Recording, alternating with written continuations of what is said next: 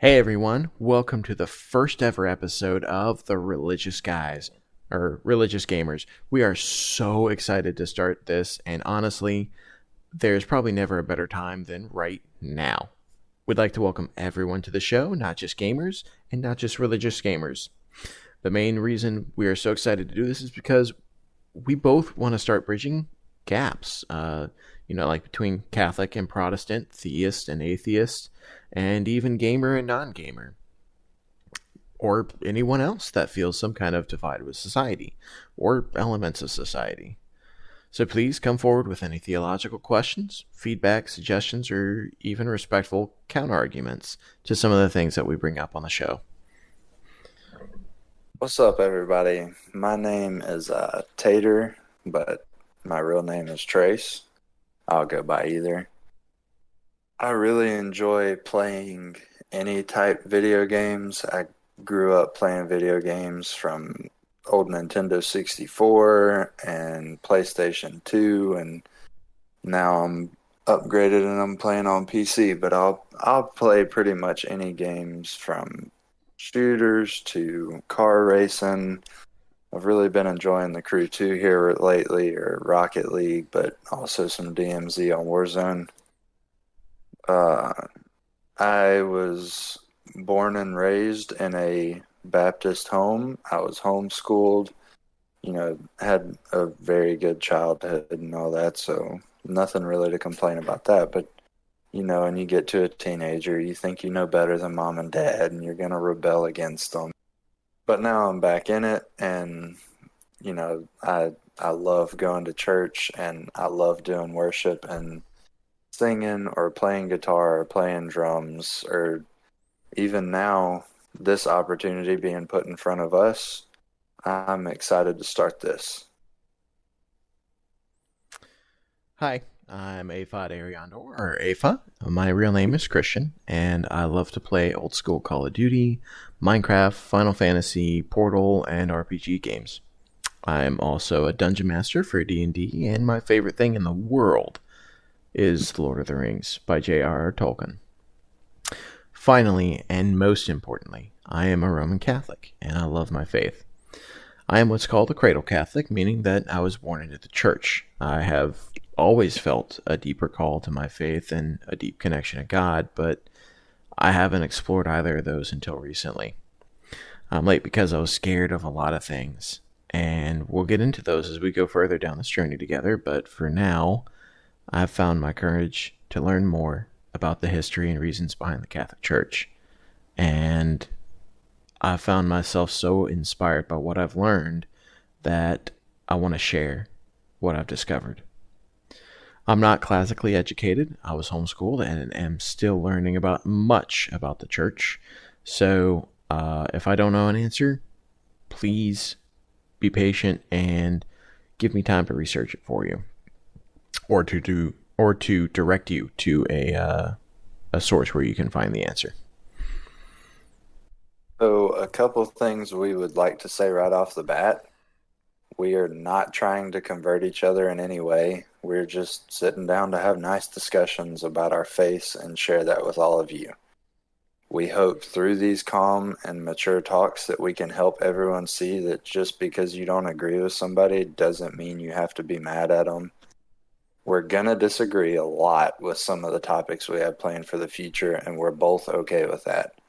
Nothing we say to each other is going to hurt the other's feelings or upset them.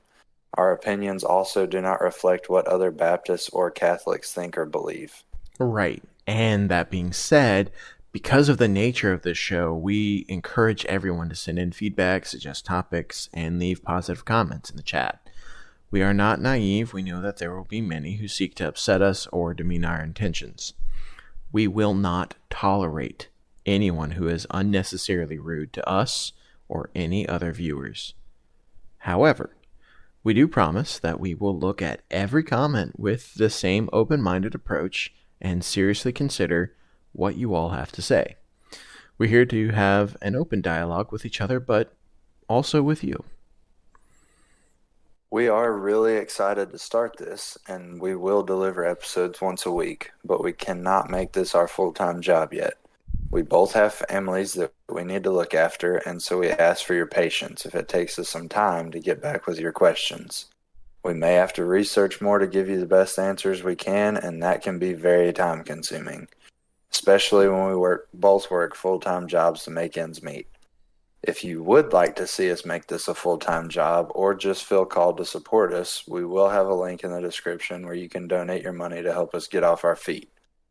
Now that we've said all that, it's time to start the episode. Today, appropriately, we're talking about Christmas. So I have always loved Christmas since I was a little kid. Obviously, there's a huge attraction to it when we're children. You know, kids love getting toys and fun stuff to play with. I remember mostly going to see the Christmas lights on houses with my family, or especially there's a park in New Orleans called Reindeer Park where they annually have these huge Christmas light displays, and they're always outstanding. When Advent and Christmas comes around, there's always a kind of magic in the air for me. Like something wonderful is about to happen. Being an adult, it's harder now to get into the Christmas spirit, but I can still feel that electricity. I have many fond memories of video and board games with my family and going to midnight mass, listening to Christmas carols sung by church choirs, and watching three of my favorite movies, which are Charlie Brown Christmas, It's a Wonderful Life, and, of course, A Christmas Story. All of those things, though, aren't the essence of Christmas for me. They help me connect to the Christmas spirit, but I find that they ultimately fall flat if I take them away from, pardon the cliche here, the reason for the season, which is Christ Jesus. I love Christmas because it reminds me that God loved me so much that he became man to show me how to live my life and to teach us all. The pure love that emanates from that one act has echoed through time, and we still feel it today. Yeah, so I was a lot like you where, I loved Christmas since I was a kid, and it just, every kid loves getting toys, like you said, and spending time with their family and just being together. But I remember mostly from when I was a kid, probably there's this one place where I'm from that this old man would just take a lot of time out of his day, and he would go decorate at his house, like 10 acres of property, and just all kind of Christmas lights and blow up stuff and all that, and didn't ask for any money. So my family would go there every year. And then also we would go on Christmas Eve to our candlelight service at church, and the kids would get up there and do their Christmas play, and we always loved that. But like you said, it's not, pardon the cliche, the reason for the season. So reasons why I think Christmas is good from a Christian standpoint. One, and most importantly, is that's the one day of the year that basically the whole world recognizes Jesus' birth. Whether they realize it or not, that's what that day is, and that's what it celebrates, and that's a day the whole world celebrates Christmas. Another reason is, Christmas, everybody wants to do good. Everybody wants to help somebody and give money, or, just anything. Everybody wants to be better during the Christmas season. And my third point is it brings people together. You don't do Christmas by yourself. You surround yourself with your family and your friends and your loved ones, and it gets crazy and chaotic through the holiday season. But at the end of it, you look back and see how much time you spent with everybody, and it's good. That would really be my 3 points on, from a Christian standpoint, of why I like Christmas. So this is the part where we are going to open it up a little bit and relax everything so that it's more of a conversation and not quite like a script that we're reading. Um, so, Trace, what do Baptists usually do for Christmas? I know I said something just a second ago about it, but normally it starts on Christmas Eve. We would go to church and we'd do, like I said, a candlelight service where we just show up and we hang out and we'll take communion and the kids will get up there and they'll do a little Christmas play, and then normally there'll be a piano and singing of Christmas songs and all that. And then on Christmas Day, normally we just spend time and hang out with our family and just try and enjoy each other. That's pretty cool, man. Okay, so is there a difference in how Catholics would spend Christmas? Um, so there is a difference between how Catholics would spend Christmas. Mostly, it's going to be in like the liturgy and how everything's done for the service. Um, but what we usually do for Christmas is going to be pretty, I guess, kind of similar. Um, so Catholics have a season called Advent. This happens, I think it's the first Sunday right after Thanksgiving, usually. Uh, it's, 4 full Sundays away from Christmas, basically. And there's a whole Advent wreath, with 3 purple candles and a pink candle. Some of y'all may have even seen that. It's actually pretty popular, but it's pretty cool. So, Advent is not technically a Christmas season. It's preparing for a Christmas season. So it's kind of like Lent before Easter, where you're supposed to, either try and do something or give something up to just bring your mind and prepare your mind and your body and most importantly your soul for Christmas. Because if you give something up or if you try to be a little bit more somber about things, you're going to be even more joyful whenever Christmas comes around and you can just party, right? uh, Christmas is a huge celebration, and usually it also isn't over on Christmas Day. Like once Christmas Day is over, it's not over for Catholics. It lasts until the Epiphany, or the Sunday after the 6th of January.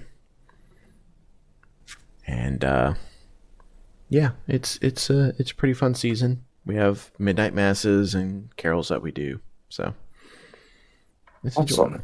Yeah. Yeah. All right.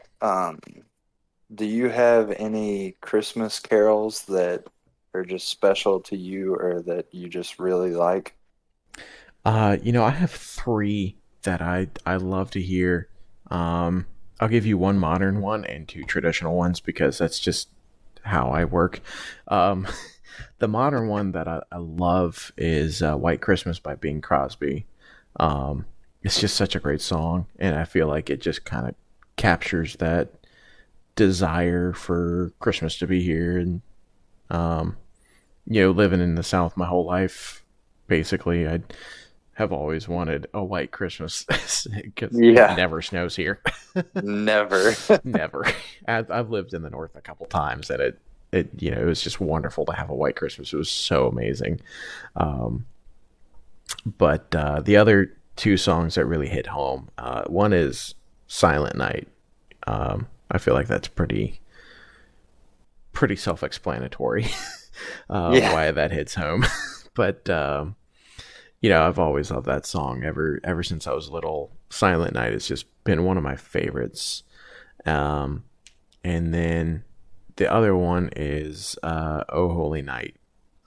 Lately, I've been really feeling that, and it's a beautiful song. I love all of the traditional Christmas carols more than I love the modern stuff, but I do still like the modern stuff. I jam out to uh, Grandma Got Ran Over by a Reindeer at least once a year. At least, Who at least. who doesn't though? Yeah. If you've never heard Grandma Got Run Over by a Reindeer, That's a you problem. Yeah, well, I feel like now we have to have a link to it in this description, so we'll have a link to it. uh, So, what about you, man? Do you have any special Christmas carols that you like?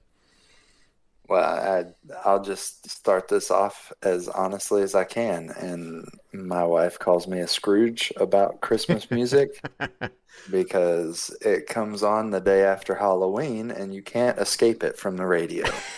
So That's after a true. good month and a half of Christmas music, I get pretty tired of it. But if there is a Christmas carol that I really like, and it's not really a carol, it's more of a song, but it's called Mary Did You Know? And it's just the church that we went to when I was growing up.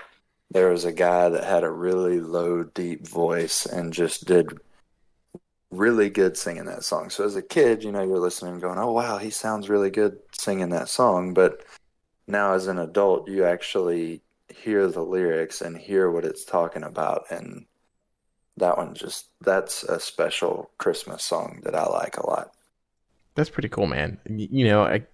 You gotta love those deep voices in the choirs and stuff, man. Those are just some of my favorites. I love those basses. They're Yeah, and great.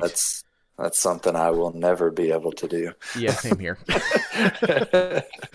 Oh man, I gotta say though, like Mary Did You Know is like a huge pet peeve for me because um I like she was told this. Yeah. By the angel. So I'm just like that's what I focus on. I'm sorry, I don't mean to take away from you at all. That's just Oh like no. that's what I Yeah. focus on every time I hear the song. Yeah. I'm like, I hate this song. So yeah, But yeah. that would be probably one that I hate. Yeah, you're right because she should have. Hmm. She was very fair warned. Yep. All right. Well, Trace, do Baptists listen to more modern carols or do they listen to more traditional carols? It's really gonna depend on what Baptist church you go to. Mm-hmm. Some very traditional Southern Baptist churches are strictly out of hymn books and very traditional. Okay. I personally more enjoy the more modern carols or songs and just praise and worship. And like I said, I play guitar, drums, and sometimes sing. So that's what we do is the more modern. So really, it's kind of split between both. Tater, did you know?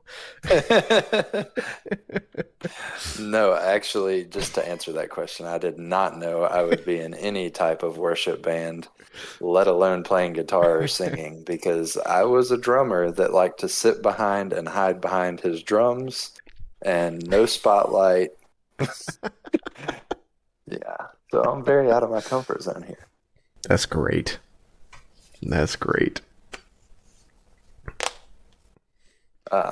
What about you? Do y'all listen to more modern songs or are y'all very traditional? So, in church, we listen to more traditional songs. Again, it probably depends on the mass that you go to.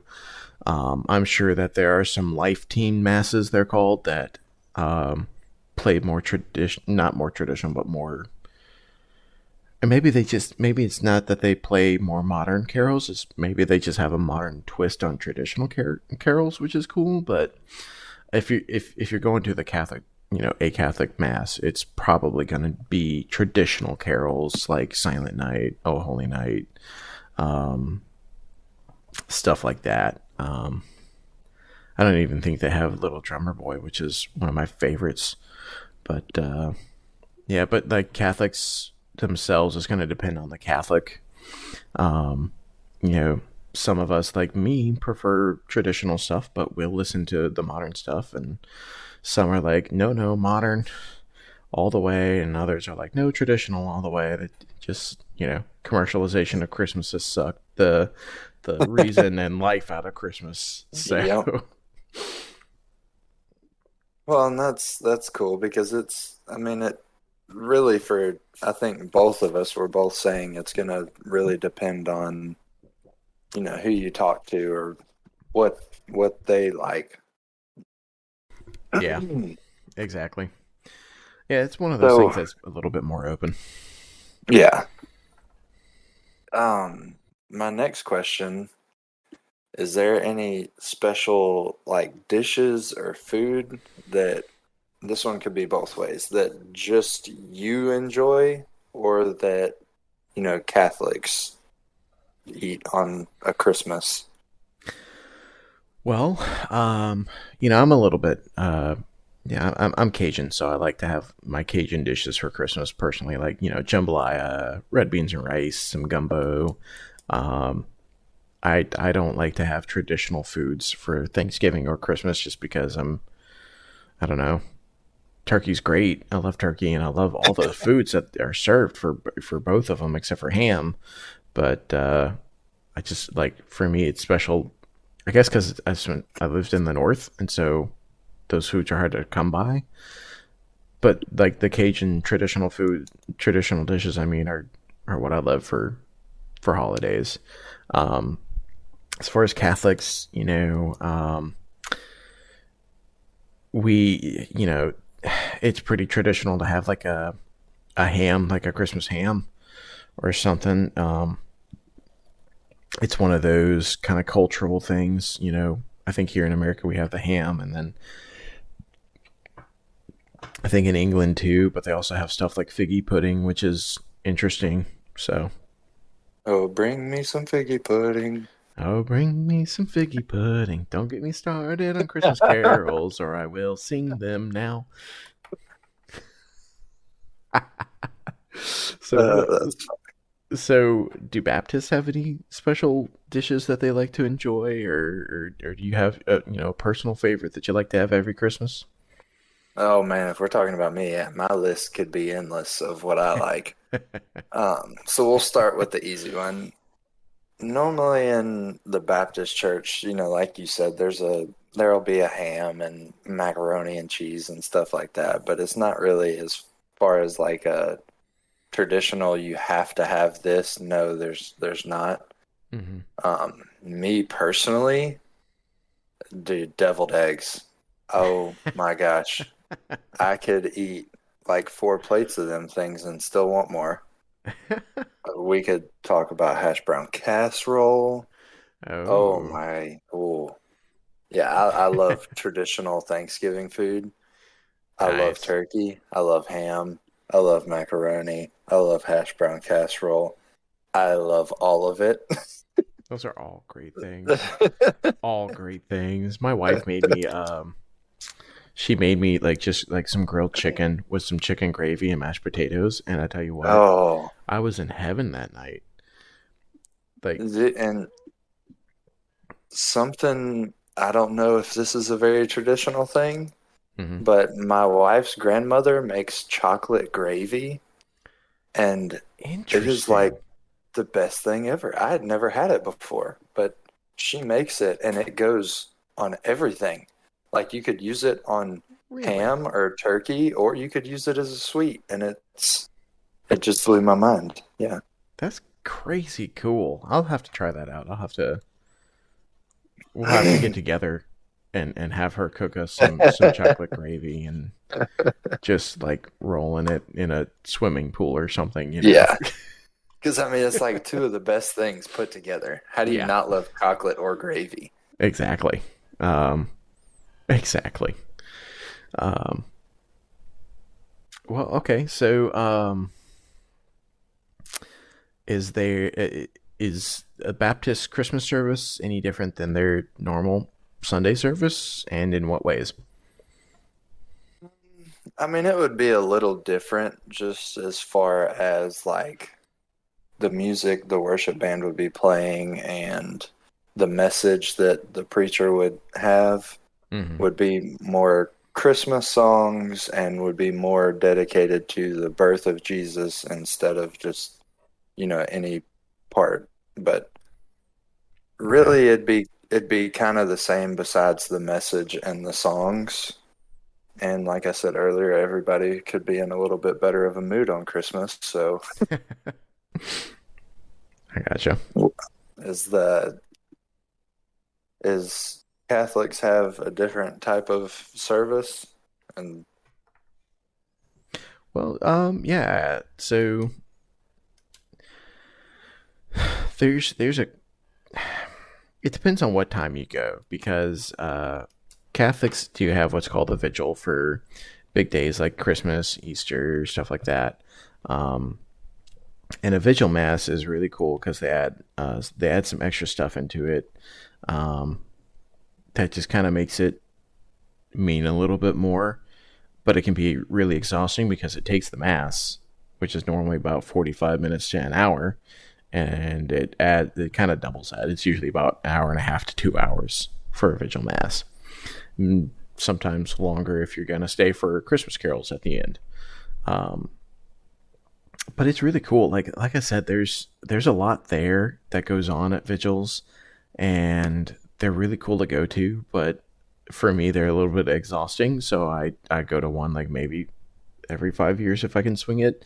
I've been really trying to convince my wife to get our two little babies up at midnight and come with us to a Christmas mass because for some reason waking a 1.5 year old and a 3 month old up at midnight sounds like a great idea to me. So we love getting them off schedule, don't we? absolutely, it works every time.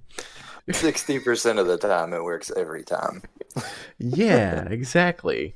30% of the time it works, 60% of the time it works 100% of the time. So really, that's like what, never? But it depends on who you're asking. This is true, exactly. If you're asking, the dad, hint, hint, me, every time. But uh, so anyway, yeah. So we have those vigil masses, which are really cool to go to. But we also have a normal mass, but it's more centered towards Christmas. Obviously, the readings are about Christmas. Um, there's Christmas carols that are sung there throughout the mass, rather than having. Well, I mean, they'd be sung throughout the mass either way, but they don't have like a specific, stay for Christmas carols after mass kind of deal. So it's like 45 minutes to an hour still. Okay. Yeah. What about Baptist? Oh wait, no. Yeah. I already asked this. I'm crazy. Did you? I did, yeah. Okay, yeah, you're right. We did. Yeah, I did. Yeah. So since I asked the last question, you're up. I think now we're gonna do just a couple fun facts about Christmas. These are things that we've researched and just funny little facts. It's nothing crazy or anything like that. But Yeah. I've got two here that I thought were pretty interesting. And the first one is people began to sing Christmas carols around the 13th century, making the celebration much brighter, is what they were trying to do. But in the 13th century. That's pretty cool. My second one is the story of the first Christmas tree. And it says Germany is credited with starting the Christmas tree tradition as we now know it. In the 16th century, when devout Christians bought decorated trees into their homes, some built Christmas pyramids of wood and decorated them with evergreens and candles if wood was scarce. So I thought those two were pretty interesting. Just little Christmas fun facts. That is pretty interesting. I've got four here. They're pretty cool. I think it's pretty informative. So the first one is that we actually don't know for sure when Christ was born.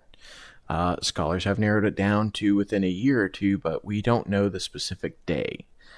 The reason for that is because in those times and throughout history until recently, nobody bothered to remember their birthdays. I mean, you wouldn't unless you were important or rich. You wouldn't have a birthday. It just wasn't important. And you couldn't take a time off from your job or spend money on a party. And even if you could, nobody would come because your friends couldn't spend money or take time off from their job. Um, and so, because of that, it's not written in the Bible um, when when Christ was actually born, like the specific day, or in any other early church writings. Um, Even though Christ was the most important person to ever walk the earth, his birthday was not the point of his ministries.